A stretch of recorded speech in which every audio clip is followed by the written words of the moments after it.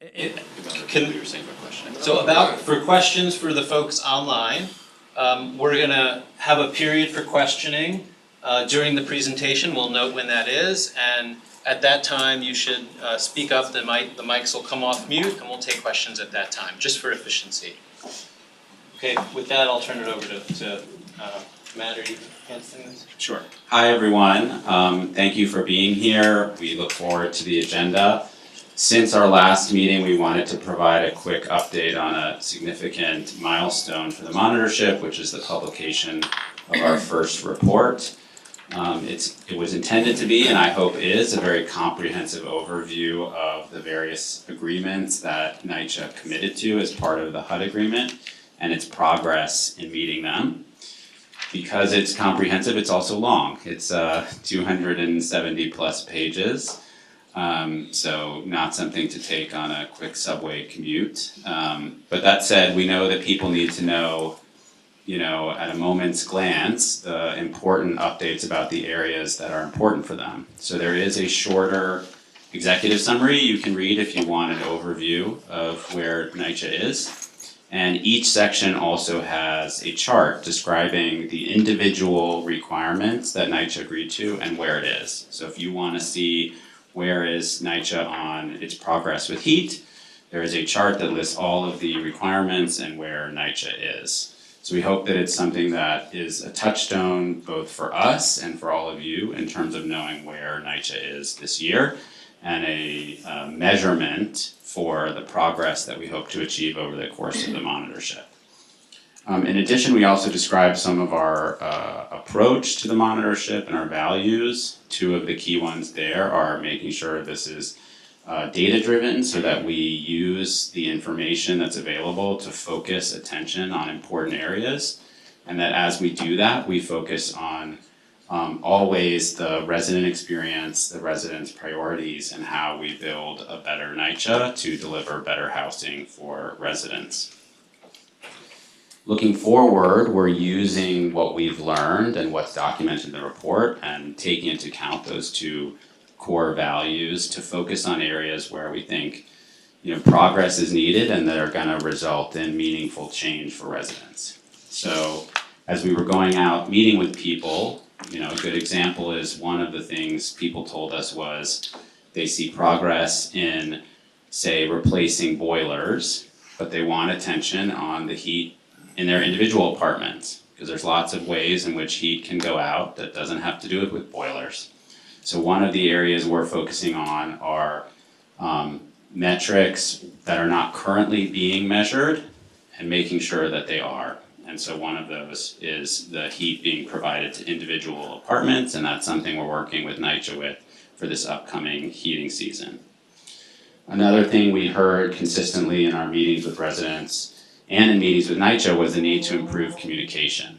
And this crops up in many ways, but we heard from people who were had taken off time from work to wait for repairs, and the repairs didn't come.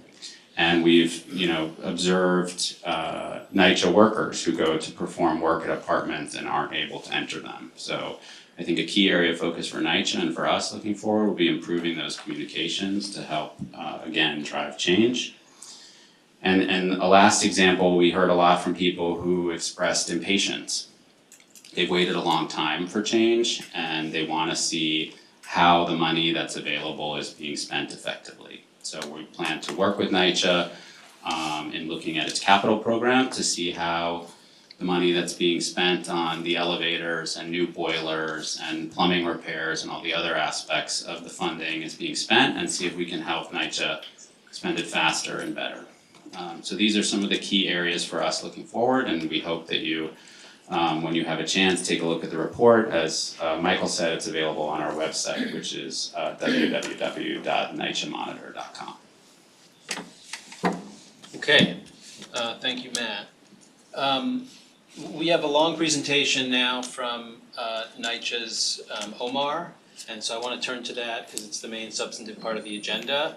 And we'll pause for questions throughout, and then we'll also have time for questions at the very end or other topics folks want to raise. So with that, I'll turn it over to Omar. Thank you. Good afternoon, everybody. My name is Elena Tenchikova. I'm the Senior Director for Office of Mold Assessment and Remediation. We refer to Office of Mold Assessment and Remediation as OMAR, so when I refer to it, please keep that in mind. It's not somebody named Omar.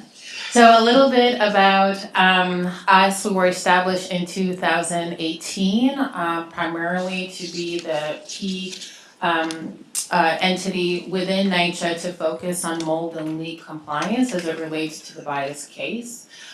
We've started with just a small team of about 5 people, and now we consist of about 100. We can go to the next slide.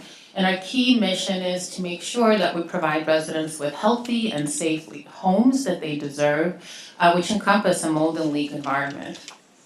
Next slide. A little bit about kind of like how we fit into the organizational structure. We are housed under the Executive Vice President of Property Management Operations, who oversees 2 major areas. He oversees the public housing operations, which consists of the development staff, as well as the Borough Skilled Trades, and Healthy Homes. Healthy Homes consists of lead-based paint, operation, asbestos, water quality, and OMAR. The OMAR team has 3 major areas. We have the field operation. Field operation is responsible for managing vendor work for special initiatives that I'll be talking about. For example, one would be our ventilation program, which is an authority-wide program that we're spearheading. We also have field staff that are specialized teams. So we have our own inspectors, we have our own technicians that clean mold, as well as a very small painting team. We also have mold response unit. Mold response unit is essentially a NYCHA's extension of the ombudsperson call center operation, where we take in the cases that are passed on to us, and we case manage. We also get referrals from other entities, for example, our executive team, IG's office, monitors team, and what we'll do is we'll case manage this from initiation of getting the case through completion. I think that model is really important for us because it really makes sure that we're moving to the next step in the workflow and things don't fall through the crack. And then we have a reporting and data team that is responsible for performing mandated reports to the court around the bias case on a quarterly basis. We also provide standing report out to the monitor team, as well as making sure that we're updating the standard procedure around mold. We just recently did that actually, and establishing new procedures as they come, which we're working on for the leak standard procedure.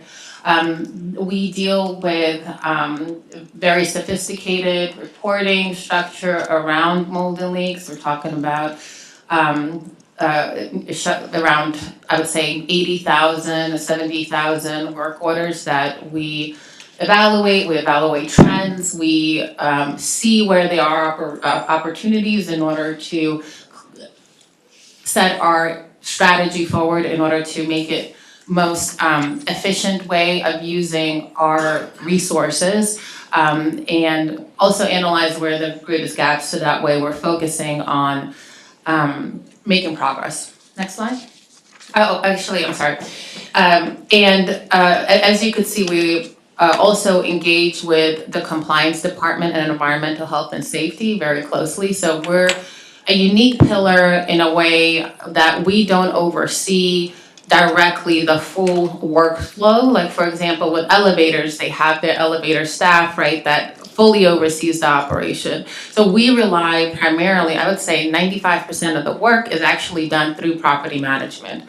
So we serve in this hybrid role of being the ones that are pushing the agenda forward and the strategy forward around compliance within the organization, but we heavily rely on the oversight entities such as the compliance department and environmental health and safety for accountability. But we also engage and work very closely with other supporting departments like legal, finance team, procurement, et cetera, in order to accomplish our goals. Next slide. As we all know, in 2019, NYCHA came into an agreement with HUD and the city where we committed to specific things, and I just want to talk about the commitments that NYCHA made. So within the 2 years, 95% of verified mold complaints would have clean, visible, and mold, and provide a written plan to address root cause within 5 days. Remediate root cause within 7 days for simple repairs, and remediate within 15 days for complex repairs. We also have a commitment to address floods and abate the condition within 24 hours and remove any standing water within 48 hours. And within 5 years, for 85% of verified mold complaints, no second complaint in the same unit or common area within the 12-month period. As part of this, in March 2020, we issued the phase 1 of the mold action plan, and we're currently working to develop the phase 2. So once it gets finalized, it'll be published similarly to the first one. Next slide, please. A little bit about the bias case. So as we know, in December 2013, there was a class action suit that was brought forward by the Americans with Disabilities on conditions of mold and excessive moisture in residents suffering from asthma. It then got settled in court, and in July 2018, the consent decree was revised. What the consent decree does is it appointed a special master as well as independent parties. So we have the ombudsperson, who is Cesar Di Castro, who is responsible for independently evaluating NYCHA's best efforts. So as cases come up and are escalated to him, he is responsible for evaluating whether NYCHA is making its best effort. In the cases where he may feel like it's not, he's entitled to do an investigation. He could issue orders. In the most extreme situations, he could even be responsible for taking on and hiring his own vendors if you so choose to. And as part of that, he established what is called the Ombudsperson Call Center, which is actually managed by Stout, who also serves as an independent data analyst. So they have 2 roles. And through the process of OCC, we work closely on resolving those cases, and as things are escalated, NYCHA takes that very seriously and does the best that they can in order to move things forward.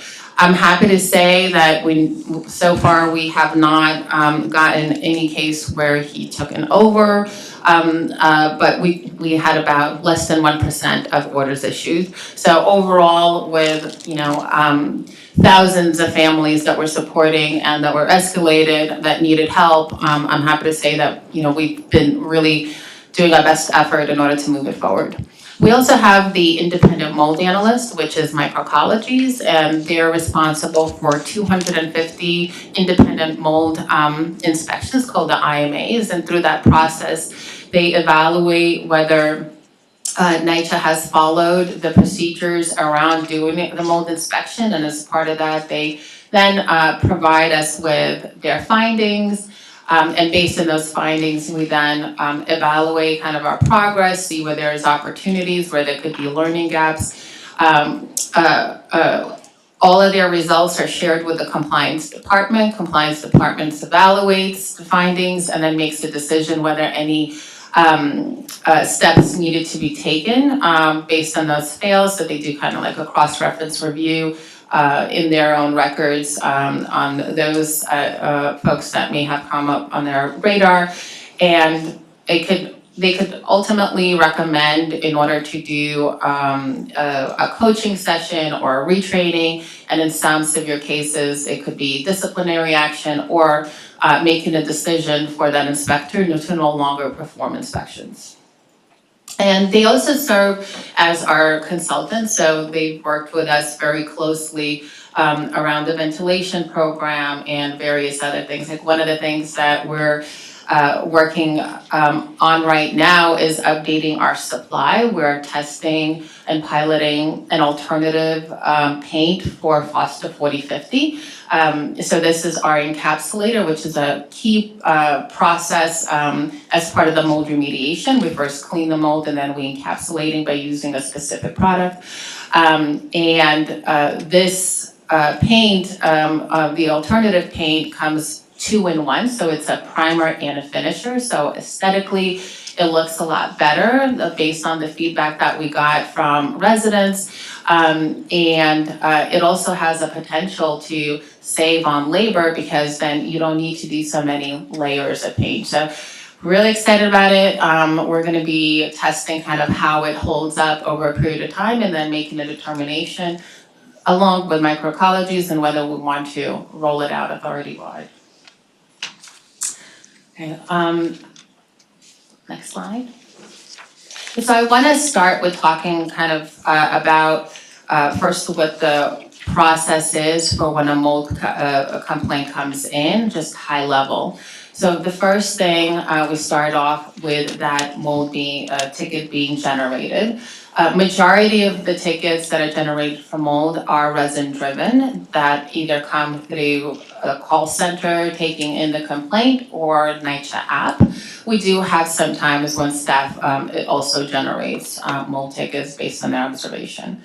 Then we move to the initial inspection. Initial inspection is very critical because during the initial inspection, we evaluate what is the size of the mold, if there is mold, what is the impact of the water damage, and we do a moisture test. And we assess what is the probable root cause and why the mold is there to begin with, which is the key of it all, so that way we address the underlying root cause and we do the repairs and make sure that we address the issue so that way there is no reoccurrence. So that piece is really important. The mold inspection is primarily done either by our sweepers, assistant sweepers. We've recently expanded it to maintenance workers as well, but whoever is performing the mold assessment or the inspection has to go through specific trainings that has been reviewed and approved by all of the entities, kind of various stakeholders involved to make sure that there is the correct knowledge base in order to do this. And then step 3, which as a lot of people know, it really consists of a lot of different sub-steps in order to get the repairs done, especially if it's a complex job. It could involve multiple trades. So we may start with just performing the mold cleaning, but then if it's a leak from above, this could mean that we need to do leak tracing, then we need to address the root cause of that leak, repair, for example, the pipe.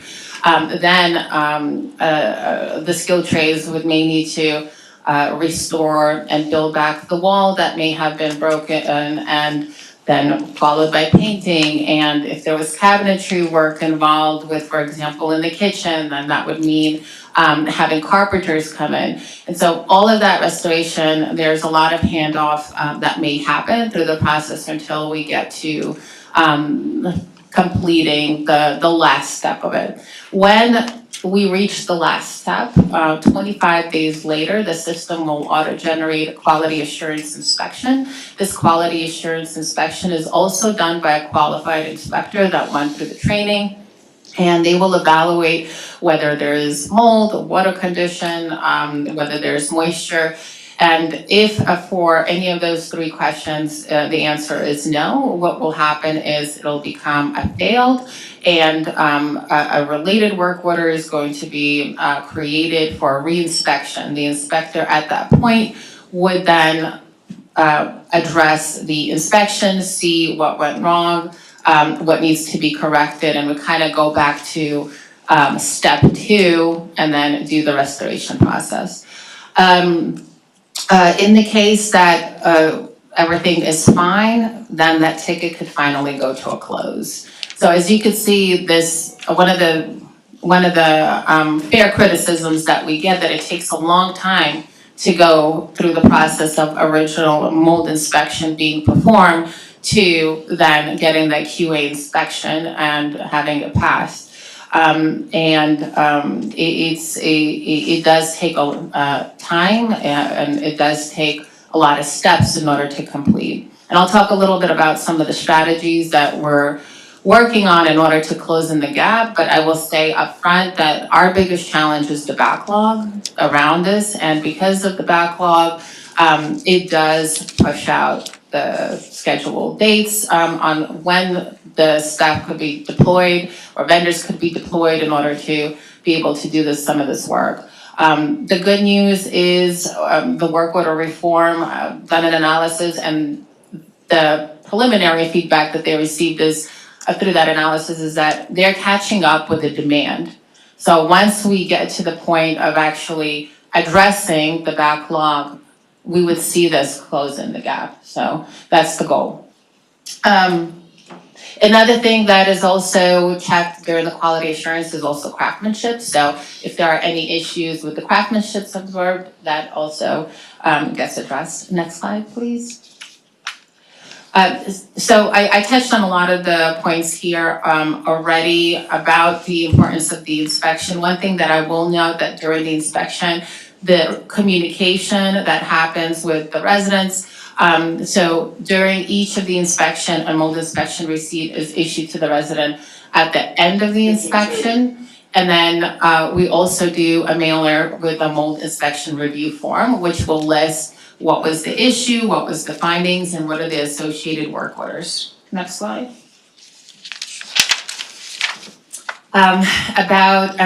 When we launched the phase 1 action plan, we started our work with mold campaign, and I want to share this resource with everybody that is participating in this town hall. We definitely want to bring more awareness around this. We have a dedicated website. The dedicated website has various resources. It has a handbook, it has videos. It provides really helpful information. It also has the NYCHA standard procedure for mold, as well as the public report that I'll be citing later. Next slide. And I'd like to take the opportunity right now and share the first video with you, but there's 4 videos, so please, at your own convenience, check it out and spread the word. And with that, I'll pass it on to them. NYCHA has made it a priority to help combat the growing concerns of mold in the homes of NYCHA residents. NYCHA is committed to helping its residents address this problem. To fulfill this commitment, NYCHA has been taking different measures, including the launch of Mold Busters, an innovative new program to effectively and efficiently get rid of mold in its developments. NYCHA encourages residents to watch all 4 videos in this series to understand better what you can do and how NYCHA can help. In this video, I will share some useful information about mold and its associated health risks and what you can do to help NYCHA to get rid of it. Mold is a fungus that grows on and sometimes in damp surfaces and objects. Live spores act like seeds, forming new mold growth in the right conditions. Mold can be many different colors, including gray, black, green, yellow, and orange.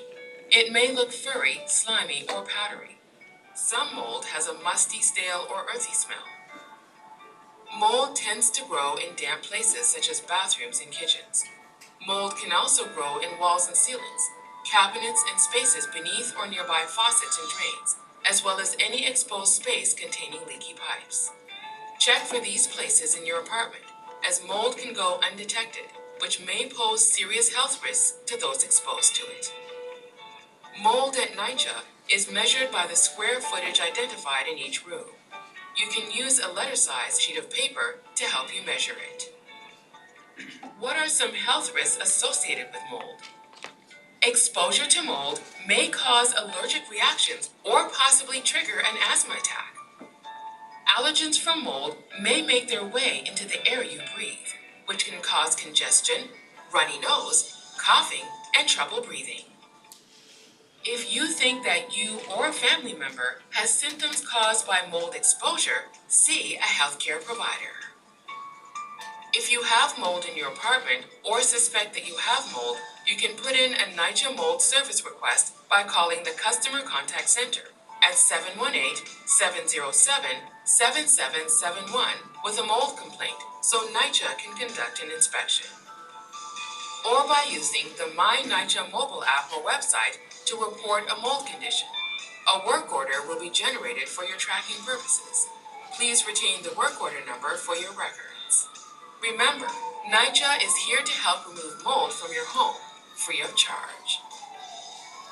Residents who have already contacted the NYCHA Customer Contact Center and submitted a work order either through the My NYCHA app, website, or by calling the Customer Contact Center, but still have concerns or complaints regarding mold and leaks and any associated repairs, can contact the NYCHA Compliance Department at compliance@nycha.nyc.gov, or reach out to the Independent Court-Appointed Ombudsperson Call Center, OCC, at 1-888-341-7152, or at ombnyc.com. In the next video, I'll show you some tips you can use to prevent mold from growing in your apartment. Thank you very much. Okay, next slide.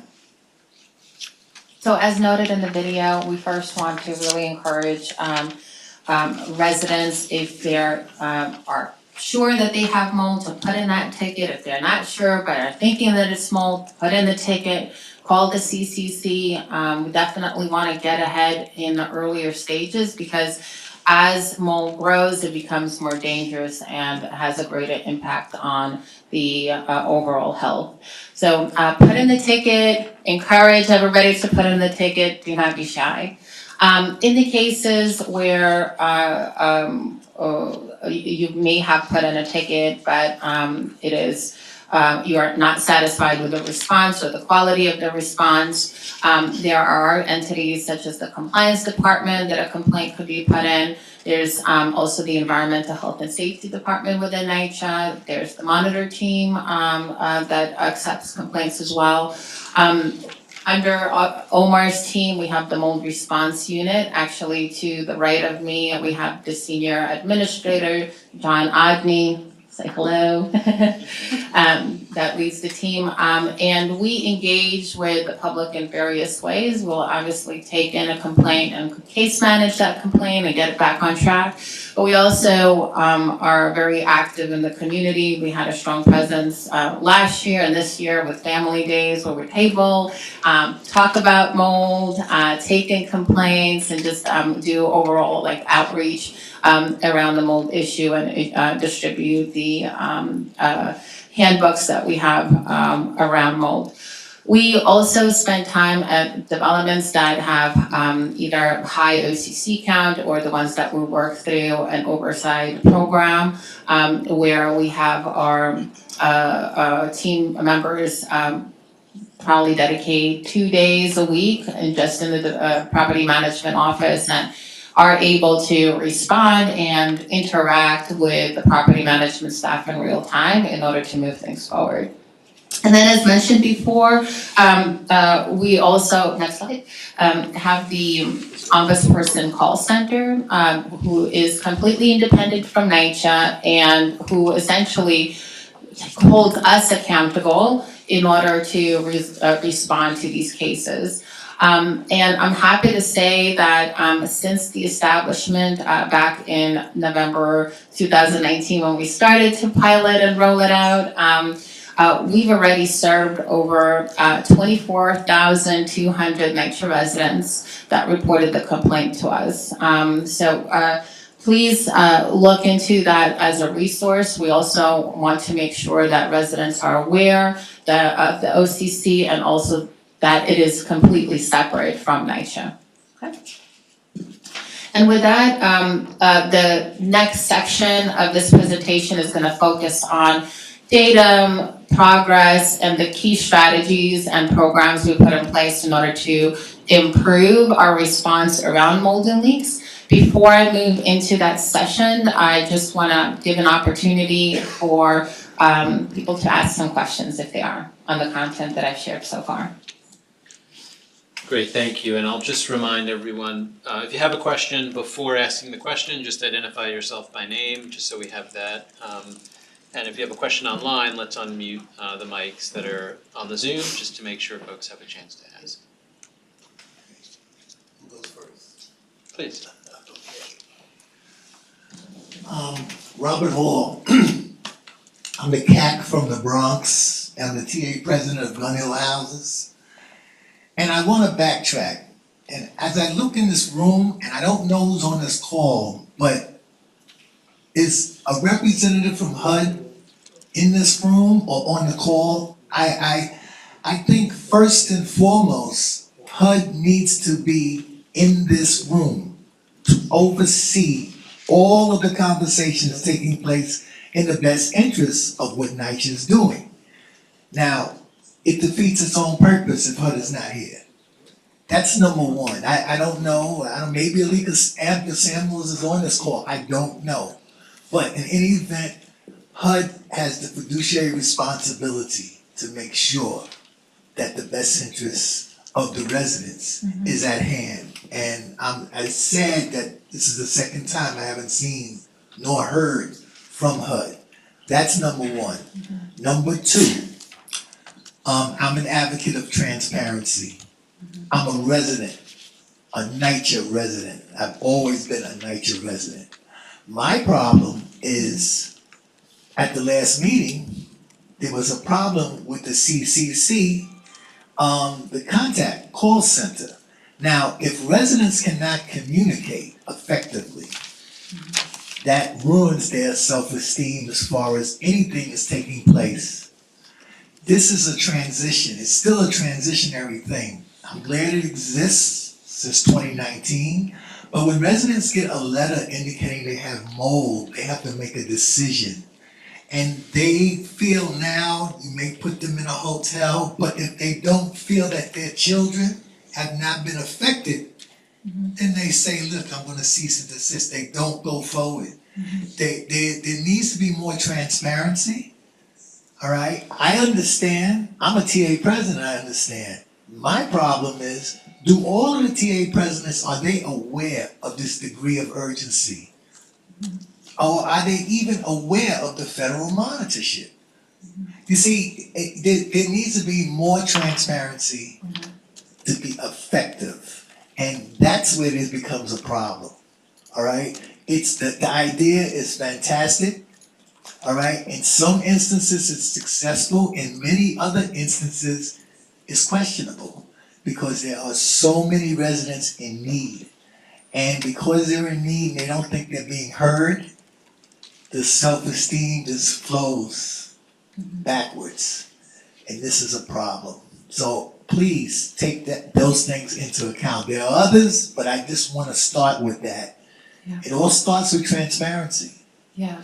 And that's the most important thing. And I can't depend on resident engagement to tell a couple of other TA presidents the effectiveness of something of this nature.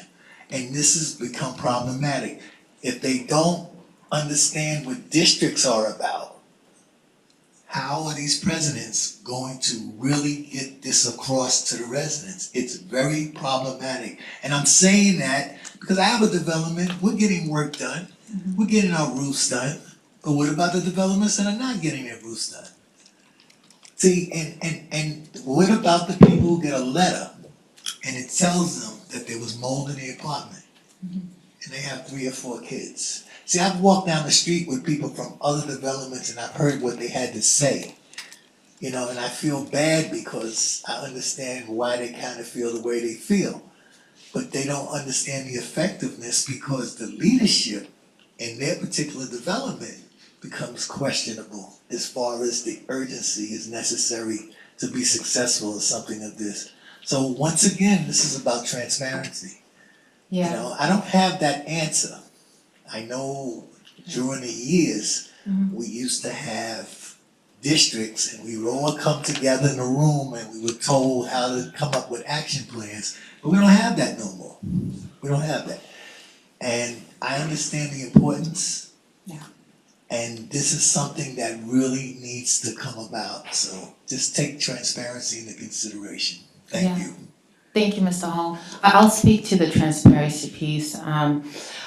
So this is, as you saw, we're trying to get the awareness out through the mole campaign and being presently out there, not just asking the resident engagement department, but our team directly. Whenever we engage during an inspection, we on the forefront explain through like the inspectors that we have on my team on the importance of it. But there's so much. We have so many residents, right, that we do not touch, right, that we need to continue to further increase, and I appreciate your messaging around the importance of how detrimental it could be to the health. Yeah, and I would love to collaborate with you. We don't need to just look at the next quarter. I mean, if you have ideas of something that we could do, and this extends to everybody on this call that's participating, on ways that we could further engage and bring that awareness, I certainly would love to collaborate. Thank you, Mr. Hall. Are there any questions online before we turn to the next section? No, okay. This next section is really exciting to us. We, in 2022, developed something called our scorecard. This is something so I've been in my role for about 4.5 years now, under mold and leak leadership. And as soon as I got in, I was like, how do I know which consolidation is doing better than the next? How do I know if one is performing and has really some good strategies that we could then replicate at locations where they are further? And there wasn't something out there, and we worked with the independent party to develop this scorecard tool that essentially evaluates our performance on 11 indicators. These 11 indicators are around our time to respond to the initial inspection, the quality of the inspection, whether we have a founded or an unfounded. We have an evaluation whether the QA is passing or not. Also within those 11 indicators, we have a focus on skilled trades work and the backlog, trying to really move that forward, as well as scheduling. And we also evaluate our 48-hour response, our response to OCC tickets, as well as resident satisfaction. And that all gets tallied up into a weighted average score. This weighted average score, the lower the number, the better, the higher the number, the worse. So we look at where we started in March 2022, we're at 5.39, and this is out of 10. And we've made improvement going down to a 4.5. And just to kind of walk through some of the highlights, our median days to inspect has improved from over 24 days to shy of 5 days. That was almost an 80% decline. Our skilled trades is something that we continue to push, that had a marginal improvement going from a little over 74 of skilled trades being greater than 100 days, and now we're down to 72. But this is something that we continue to really focus on because we need to address that backlog. Scheduling has improved from 8.19% to now having 18.5% of our work being scheduled in the future. When it comes down to founded inspections, we've made a decline going from almost 77% to now shy of 71%. This is something that we want to continue to monitor, because whenever we have high unfounded rates, it makes us questionable on what's going on, right? And that requires a deeper dive to understand, was there confusion on what is mold. And again, I encourage everybody, if you think you have mold, put in the ticket. Because we want the trained professionals to come and evaluate and validate. You don't need to know. The resident does not need to know whether it's mold or not. If in doubt, just put it in. So there could be a small percentage of proper unfounded, but we may have a situation where maybe the person is missing it, right? And our mold inspections are not only just focusing on the presence of mold, it's also focusing on the presence of moisture, right? So one of the things that we'll always want to make sure that the staff is using a moisture meter during their inspections and their tools in order to evaluate it. So that's something that we continue to work and we monitor, and the really great thing about this tool, we're able to see how each of those indicators, how each of the consolidations are performing. So I'm able to go in and see, okay, where do I have the best schedule rates right now for the 6 months? And then I will be able to see it in the scorecard tool. Or where do I have the most highest unfounded rates per consolidation, and I need to do a deep dive, what's going on there? We're able to do that now. Which becomes really great from an oversight standpoint to have operational intervention in order to improve what's going on there. This is a public document, so please, at your own pleasure, look in more details on the numbers. Each of them are important. The other thing that I will bring to your attention is to the bottom, we have priority work orders. Our priority work orders consist of mold inspection, mold cleaning, and application of the mold-resistant paint. Those are the most critical ones. As I mentioned, the inspection of validating that we have a situation and we have a presence of mold or moisture is important. And then we are able to move forward with the workflow and get that addressed. Mold cleaning is really important to us because that actually removes the hazard. So we monitor that closely, as well as the application of the mold-resistant paint, which encapsulates the mold. And we've included tub enclosures as well, provided that this has a potential risk of impacting the apartments below. So this is another priority effort for us. And just to give a little bit of perspective around the backlog that we have. So we currently have over nearly 57,000 work orders that are children, which means they're a child of a parent, where would be the inspection. And this encompasses mold and leak both. And our highest volume of the outstanding backlog is for painter. About 38% of the work orders are for painter craft. Painter craft includes, as I mentioned, the mold cleaning, anything between 20 square feet to 99 square feet would be for painter craft. And we also have the mold-resistant paint, which is done for anything under 100 square feet by the painter craft, and any cosmetic paint. So the 38% that I'm referring to has critical priority work orders as a subset, but it also has a lot of the cosmetic in that volume. And then the second would be the carpenter at 23% and plumber at 20%.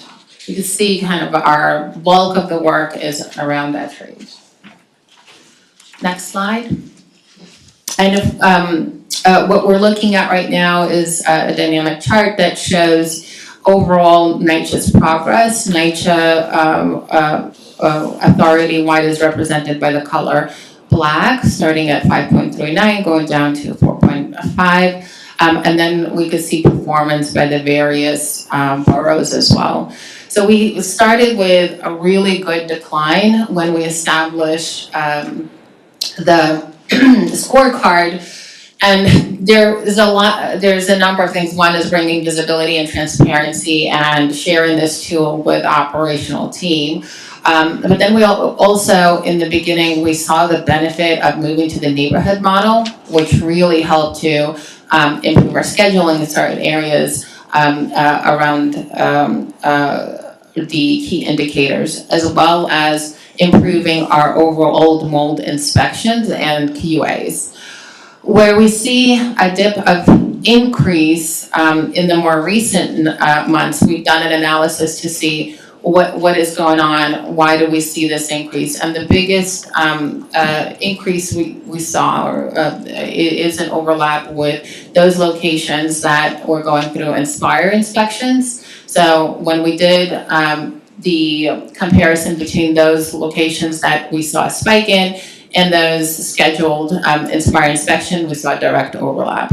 So right now, we're starting to see it now trend down as well, and this is kind of like constant monitoring that we do with the operations team. The EVP, and this goes all the way up to the EVP level of sharing this tool, monitoring this tool, and questioning staff in order to drive performance, in order to see overall lasting positive trend. Next slide. And this is how it looks. When I mentioned being able to rank consolidations and their performance, those on top are the ones that are most furthest away from compliance, and as we go down the list, we have the higher performers. And we're able to dice it again on individual or just overall weighted average. Next slide. So I want to highlight certain progress that we're able to accomplish, which I think is going to be encouraging for us on as we respond to mold and leak. So we saw an 18% decline in mold inspection created per week from 2022 to 2024. I'll talk about this a little bit later, but we do think that a big contributor to the decline is the work that was done around improving ventilation, and then also just addressing the root causes and making sure that the probable root causes are identified, and then there's a plan to address them. We saw an 80% decline in median days to inspect, so we went from a high of 24.6 days to 4.9 days. Over an 80% decline in mold inspections from almost 2,000 being open when we started to now only having 384 open today. So good decline, very good decline there. Over 82% decline in open mold QA inspection, going from a little over 2,000 to now having 366 open. 17% point reduction in reoccurrence. So we had a high of 30% in October 2019, going down to now 13% in July 2024. And this is something that we continue to monitor and certainly want to continue to make improvements in that area. A 69% reduction in mold cleaning work orders. Those are the priority ones that remove the hazard. We had over 8,000. Now we currently have shy of 2,500 open right now. We have a 45% reduction in mold-resistant paint work orders that are open, where we had nearly 7,000 work orders to now a shy of 4,000 work orders. A 10 percentage point improvement in scheduling, going from 8.19 to now having over 18.5% of work being scheduled in the future. And we improved the OCC cases response time. So our goal is to close out the OCC tickets within 30 days. It's an aggressive goal, but this is something that we work towards. When we started, we had, one second, just gotta go back, but you don't need to go back, I'll just speak to it. We had 16% of our cases being resolved within 30 days, and now it's over 44%. So that's a 28% increase. And those are the more challenging ones that require, I think, case management, a soft touch, and a lot of like follow-up work and follow through with the skill trainings and various groups in order to move them forward. And an overall increase of resident satisfaction by 9 points. Next slide. Some of the other things that we worked on, we published a roof fan inspection, as well as the procedure around roof fan inspections that got published end of July in 2024. We just recently updated our mold standard procedure, and that went live June 11, 2024. Some of the updates include updating staff responsibilities, updating the list of root causes, probable root causes, which is important because not only did we add a few, but we also clarified language where there was confusion, and a lot of work went with collaborating with the monitor team as well as the independent mold analyst. Updated guidance on the use of mold inspection tools, moisture meters. We gave specific instructions around how staff is supposed to take the moisture meter. Before it was very broad, use the moisture meter, but we gave clear instructions on what are the intervals and how far from the impacted area they need to be taking those moisture meters. Updated list of mold resistant material and supplies for mold removal and remediation, as well as the updated instructions on NYCHA staff on resident engagement and communication. And we currently are in process of developing the leak procedure as well. Next slide. Now I'm going to move on key initiatives that we put in place in order to prioritize mold and mold response. In May 2022, we developed a program called Operations Mold Cleanup. This was since then multiple time refreshed, but we took all open work orders and worked with the operations team in order to prioritize those and get those scheduled and get those addressed. Through this effort, we closed 28,828 of the mold cleaning and mold resistant paint work orders. And our goal is to complete additional 2,285 by the end of the year. We also established in April 2023 Operations Dryout. Operations Dryout tackles open plumbing tickets and tub enclosure tickets that are greater than 250 days old. We've, through this effort, addressed 6,550 work orders for plumbing and 3,702 for tub enclosures.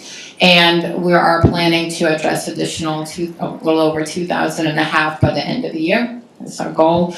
And this one is particularly important because it tackles the root cause. This is the more difficult one because this requires plumbers to go out and carpenters for the tub enclosures in order to address the issues.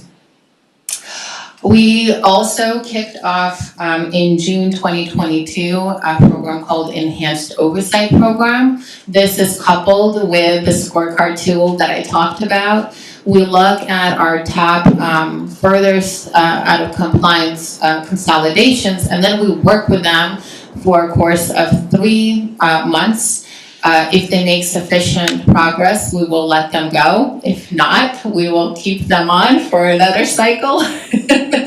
And this is a real collective effort between the OMAR team, property management. We have independent data analysts, independent mold analysts, OCC participating in this as well.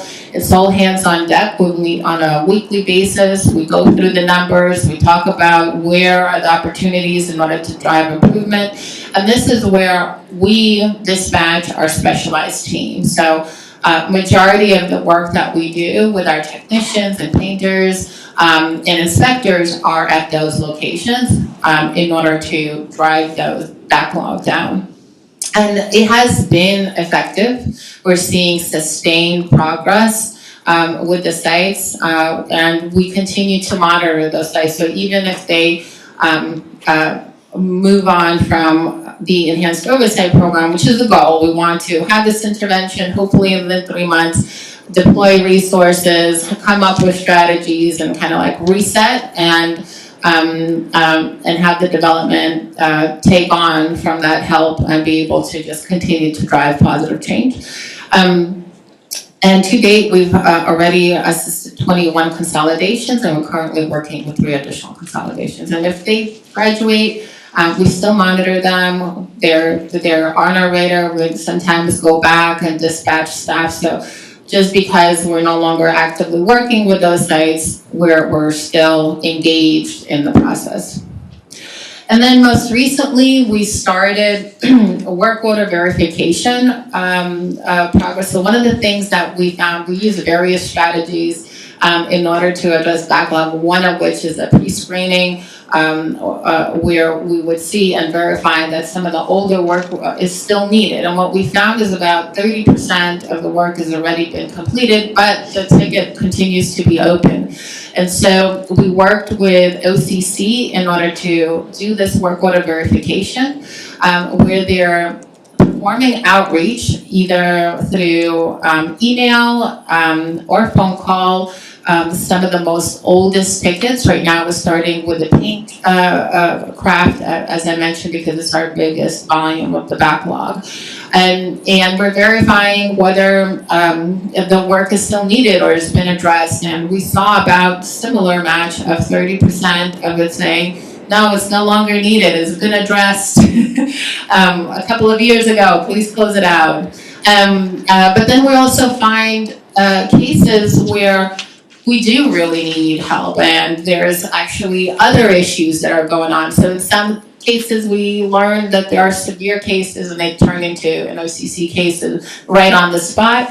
Other times, we may learn that the work is still needed and we're pushing it through the neighborhood planners in order to prioritize scheduling that work now that we know. So this is really exciting because we'll be able to dispatch our staff more efficiently, right, where work is needed.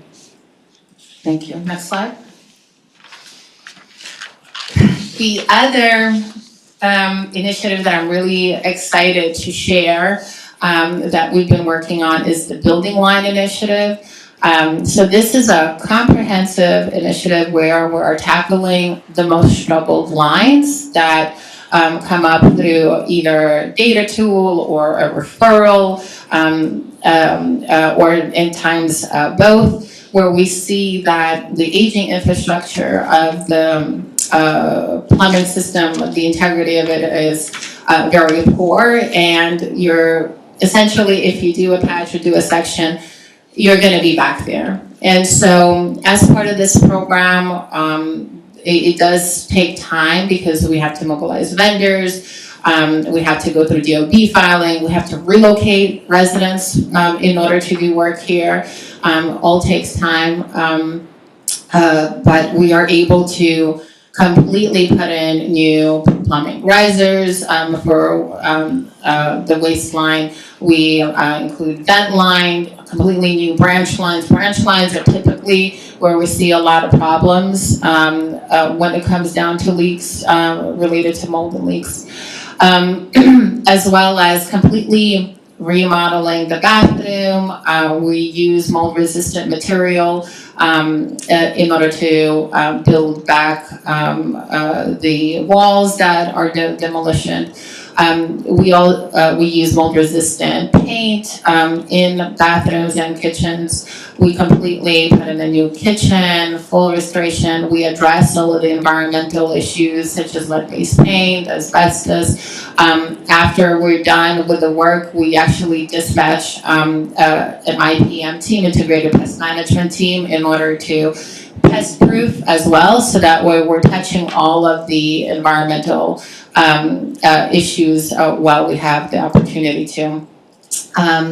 And the apartments look great. They are brand new. The residents love them when they come back, and We had positive feedback on the first one that we did, which was we started in June 2021 and then completed in December 2022. The Red Hook East location. Now we're currently working at Tompkins. We started our work in January 2023, and we plan to be done at that location in March 2025, and that impacts actually a lot more of the apartments. The first one only had 6 apartments. The current one that we're working on has 15. And we have the another line that we selected in Red Hook East, which we just started in July. Next slide. 1 second. How are we doing on time? Are we okay? Yeah, we have about 15 minutes left. Okay. The best for last. So our ventilation program, we've done a lot of work there. Omar team hires vendors in order to work on the ventilation program. We essentially spearheaded about 80% of the portfolio.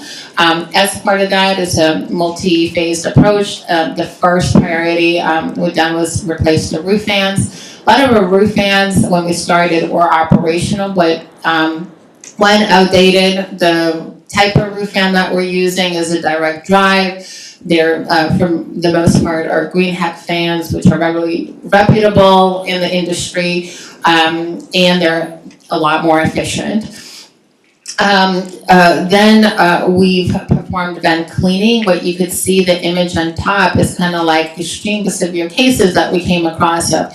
All of that dust, debris, buildup that was preventing adequate ventilation. And through that program, we've cleaned vents in over 73,800 units. So really great work there. And as part of that program, we've hired technicians who were primarily NYCHA residents in order to assist with the vent cleaning. We then transitioned over with our most recent priority, which is mold cleaning, but we're really proud of that.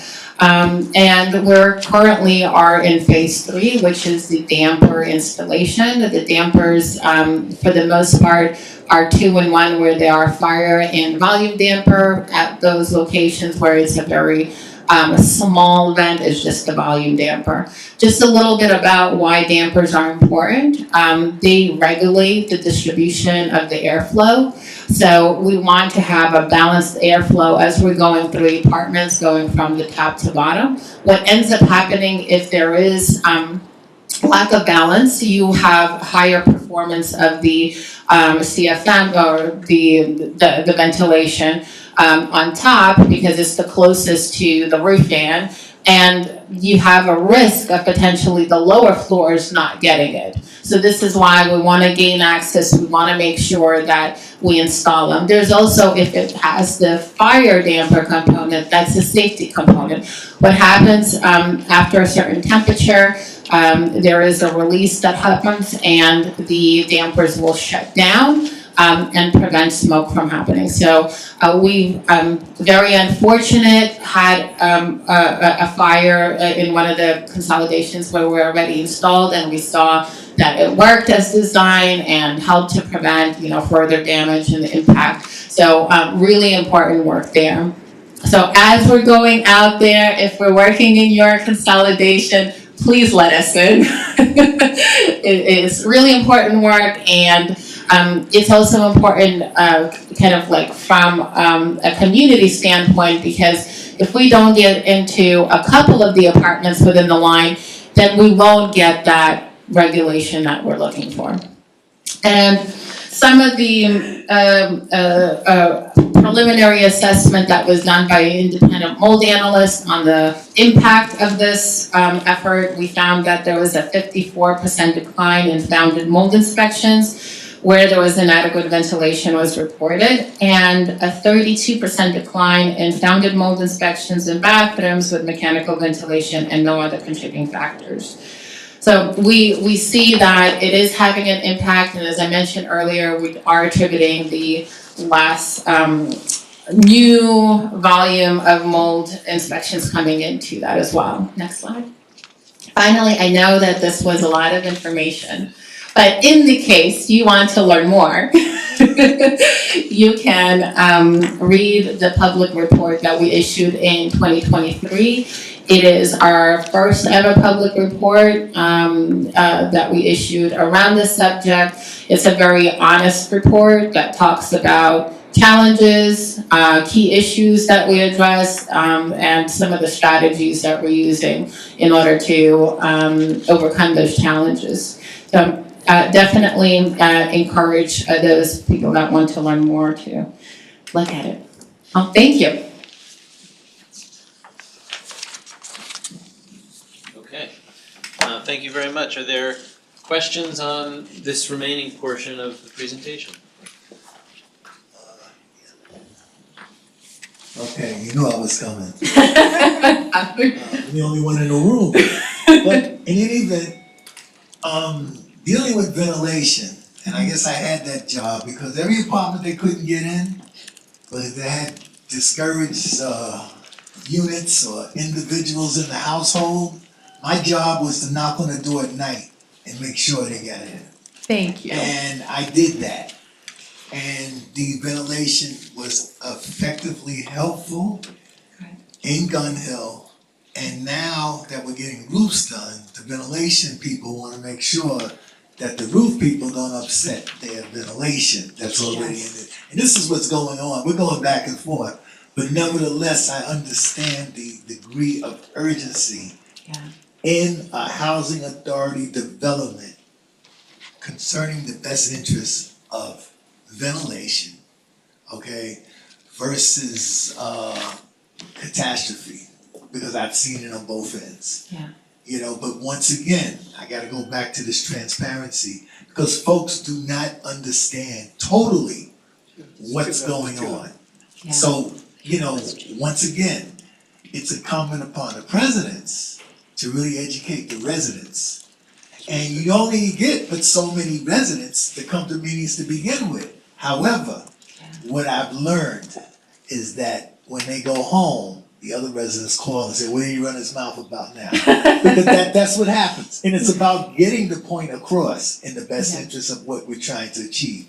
So, you know, kudos to this entire program. Thank you. I just, you know, I mean, the last thing you had here was HUD.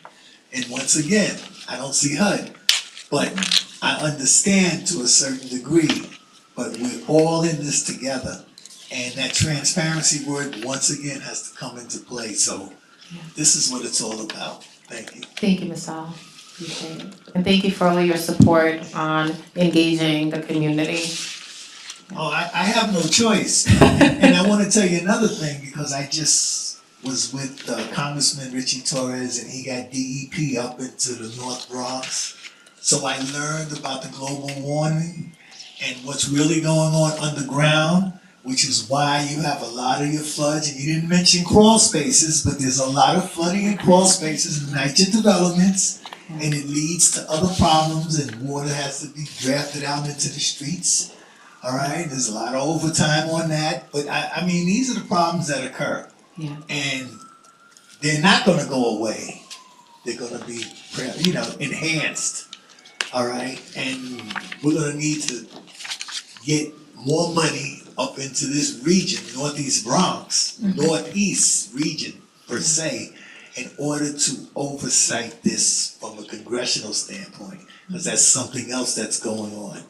All right, and that's gonna be lobbied with the state. And this is another whole set of warriors that you're gonna have to deal with as time goes on. But global warming has a permanent effect on the best interests of what's happening as far as floods are concerned, coming from underneath.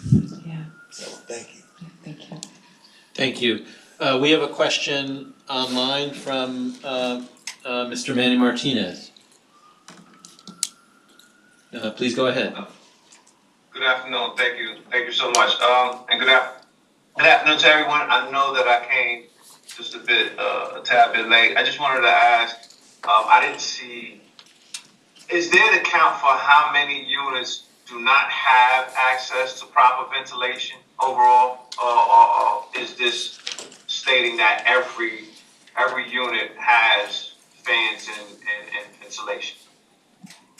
Yeah, so I could talk a little bit about how we approach the ventilation issue. So we have two types of ventilation. There's natural ventilation, which in other words, we have a window.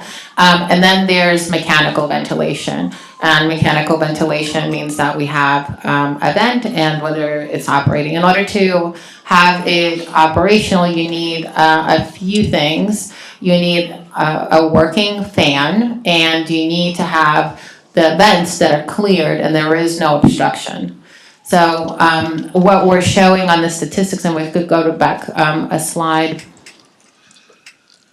we see that we have around 88,000 units that are supported by mechanical ventilation, and we're able to access a little shy of 74,000, where we knew that we got in and we were able to perform the vent cleaning. And as we're continue to reach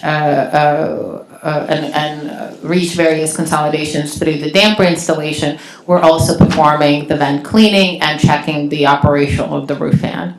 But our phase 3, is going to take at least another several years in order to roll this out. It's a much slower process than just cleaning the vent. On a monthly basis, the super or designee performs a roof fan inspection where they check that the roof fan is working. But I don't have these stats in front of me to kind of say what was the last result. So is there, and thank you for that, is there a plan to address naturally ventilated units with mold issues? So this is what we tackle through the mold campaign. We encourage two things. One, to make sure to open up the windows in order to make sure that there is ventilation coming in. If the windows are not operational for some reason, please put in a ticket. So that way NYCHA can go and inspect and make sure that the windows are operating smoothly to go up and down. We also encourage to open doors. So like if you take a hot shower, you have windows in the bathroom, open it after so that way there's some ventilation going in as well as the windows. And my last inquiry is in regards to the court case that's attached to the agreement. I forgot the correct name. It's bias, right? So the bias case where I think the expectation is to go in and address the root cause of the mold. Mm-hmm. How well is that being performed? Sure. So this is a really great question. So one, the performance is measured if it's a simple or complex repair and time it takes to respond. So simple repairs we're better at. So if we look at the appendix, if we go to slide 23. Yep, right here. We see that in the year 5, we had 33% of the work being done within 7 days. And we could see that kind of like the improvement over the years. And then for complex cases, this is where there's multiple trades involved and may involve multiple apartments too, or exterior work as well, such as roof leaks and facade. That takes a lot longer, so we could see that we're only needing around 4% of the work to be actually done within 15 days. The other way that we check how is it being done is through our QA inspection process, right? How much are we failing versus passing when we do the work and we finish the full cycle.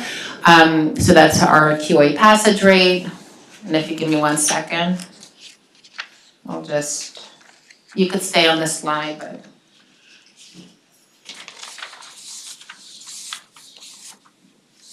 Sorry. It's on the scorecard, indicator, just 1 second.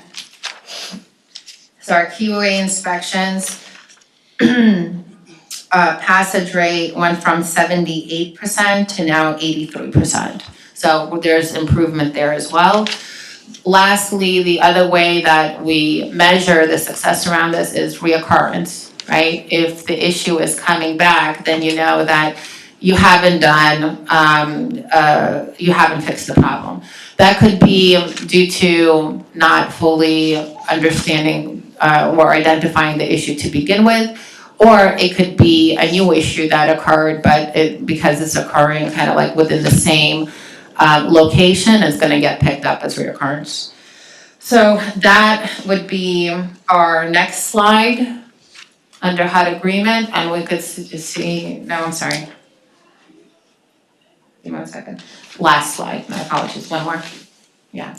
So we could see through the HUD metrics, we monitor how many of our apartments have a reoccurrence, and we could see that we're at 83% right now.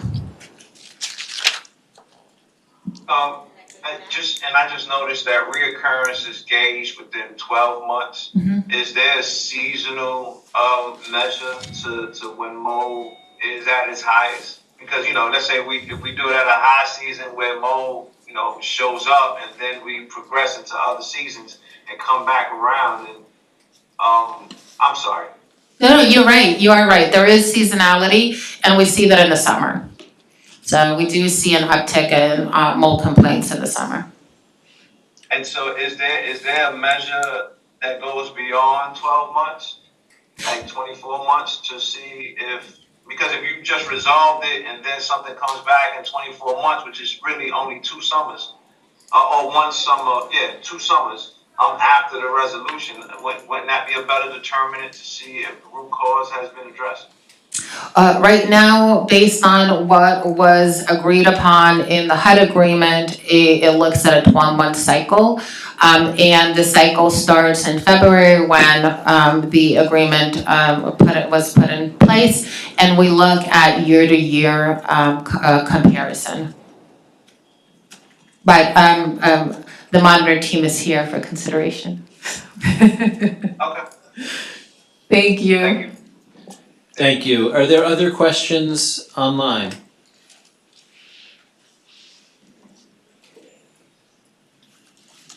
Okay, well, thank you very much for your presentation. Thank you very much. We have a few minutes left now for the safety and security line item on the agenda. We have Chief Secreto and Lieutenant Barron here in case there are questions from residents, and if there's anything from the Chief or Lieutenant Barron. Good afternoon, everyone. Can you hear me? Am I good? Last night, I'm James Secreto, by the way, the president of the Office of Public Safety. So last night I was watching a police press conference about the shooting in transit, and I saw the chair and CEO of Transit, Jan Lieber, talk about his collaboration and his partnership with the NYPD and how it's helped crime in the subway. And I know coming here today, how can I talk about my cooperation and collaboration with the police department and how it has benefited the residents of NYCHA? So the police department is down 200 crimes, which is 5%. They're down in murders, shootings, almost every crime category. So, and I'm not taking credit, don't get me wrong, I'm not taking credit for PD's crime reduction.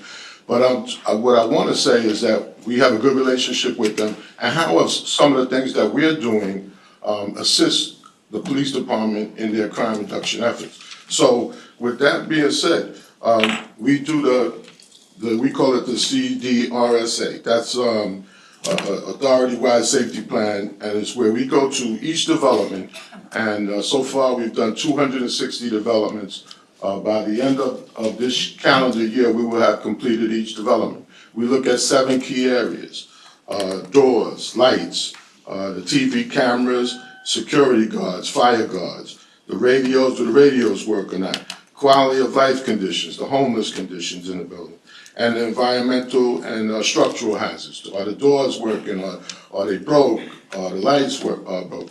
So with that being said, we do a report after our walkthrough of every building in that particular development, and we do a report and we send it to the property manager of that development and the borough vice presidents of that of the borough, and within 30 days we expect them to correct the deficiencies that we've noted, and we go on to the next one. And so far it's been it's a work in progress, but it's getting better, and it is addressing the conditions in the developments.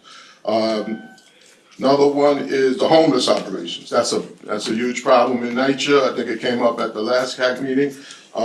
We do now we're doing 3 a week. We would like to do more, but we kind of work with homeless services and the police department, and we started out with 1 a week. Then we went to 2 a week. Now we're at 3 a week. Breaking Ground, the nonprofit, has helped us in Queens. DHS does the other 2 days with us. We've done about 70 such operations so far this year.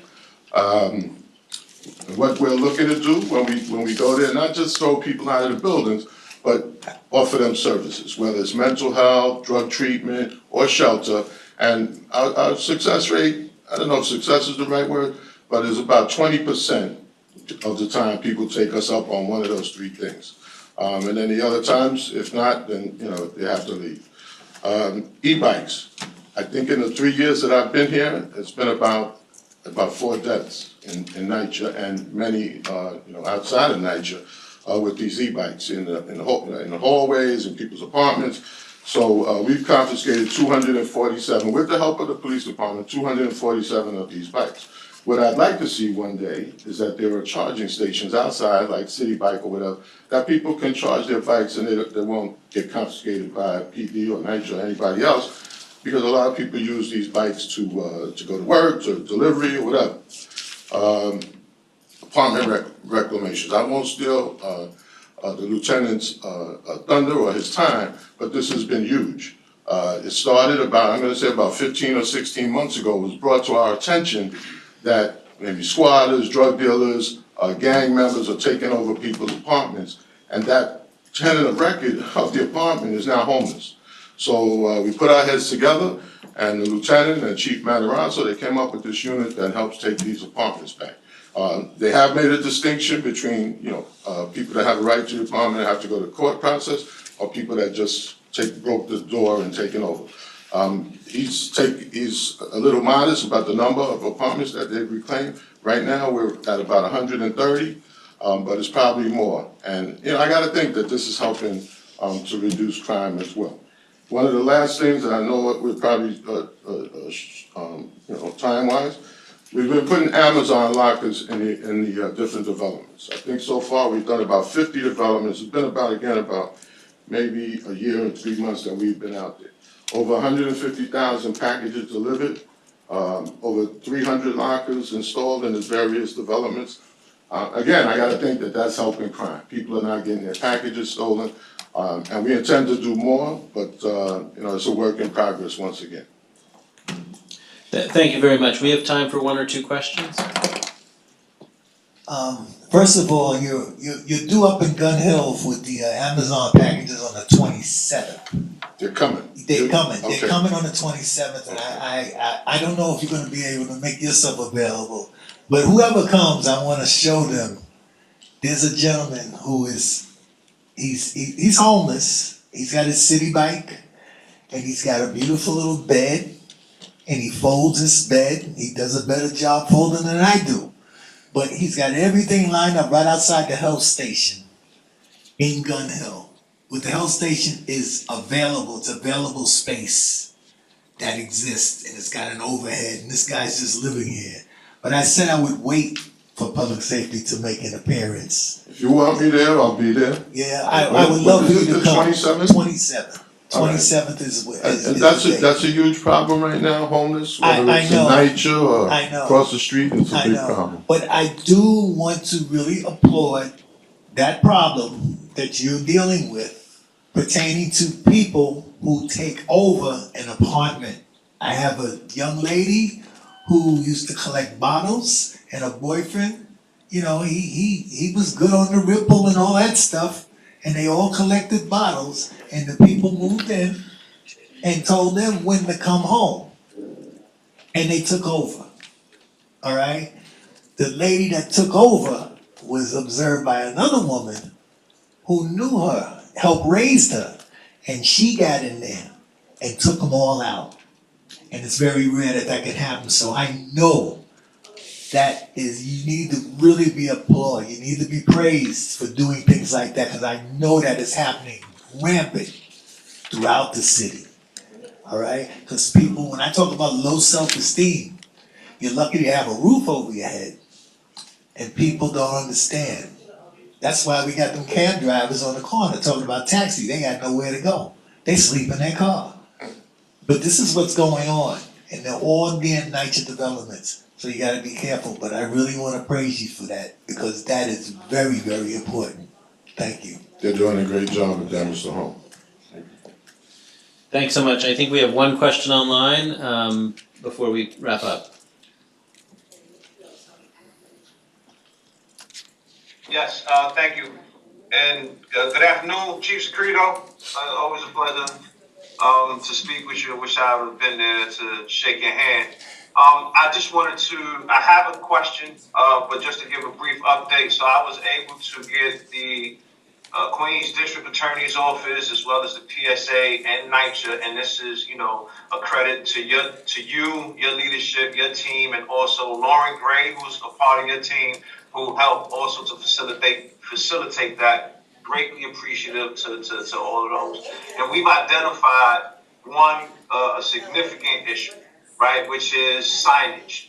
The signage, no trespassing signage, which even though some areas aren't restricted, but it is private property, and so we identified the need to have that signage placed around where it is not missable, right, conspicuous, where somebody can, it's at every eye view, and it allows for the two questions for officers to determine trespassing, which is, are you a resident or are you visiting a resident?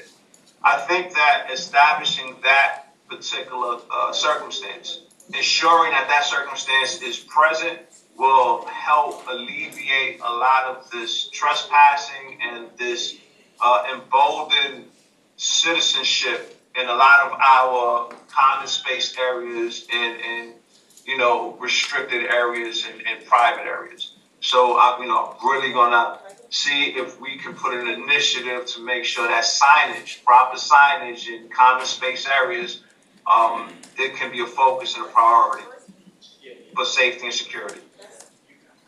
And Manny, hello? Yeah, Manny, I appreciate that. And there was another recommendation you made. I believe we did it last week. We went during the pantry, during the food pantry, we went and addressed some of the homeless people there and offered them our services. And actually was very productive going there at whatever time, 8 in the morning. And it was very productive. That was another good suggestion that you made, and it paid off. Thank you. Thank you. Thank you so much. Okay, well, with that, we're at time. Thank you, everyone, for participating. We have our next CAC meeting scheduled for November 18th at noon. We'll see you then. With that, we can conclude today. Thanks very much.